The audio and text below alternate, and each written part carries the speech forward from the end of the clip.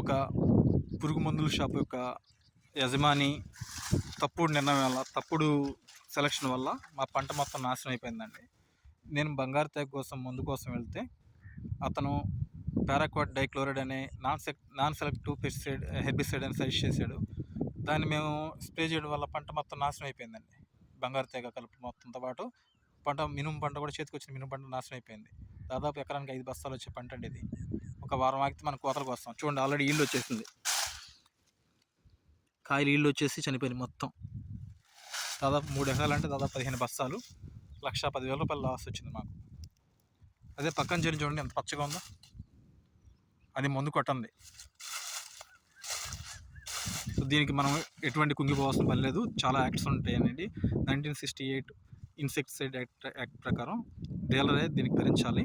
దాంతోపాటు 2019 consumer act ప్రకారం compulsory డీలరే దీనికి బాధ్యత వహిస్తారు తప్పుడు సలహా వల్ల. దాంతోపాటు మీరు కంపల్సరీ చేయాల్సింది ఏంటంటే, మీరు ఏవైతే మందులు కొన్నారో దాని బిల్స్ రెడీ పెట్టుకోండి. దాంతోపాటు ఆ బాటిల్ పెట్టుకోండి, ఏవైతే మందు స్ప్రే చేశారో వాటితో పాటు ఈ ఫొటోస్ కానీ వీడియోస్ కానీ తీసుకుని దగ్గరలో ఉన్న అగ్రికల్చర్ ఆఫీసర్ని సంప్రదించండి. లిఖితపూర్వకంగా మీరు ఫిర్యాదు చేయండి, కంపల్సరీగా మీకు న్యాయం జరుగుతుంది.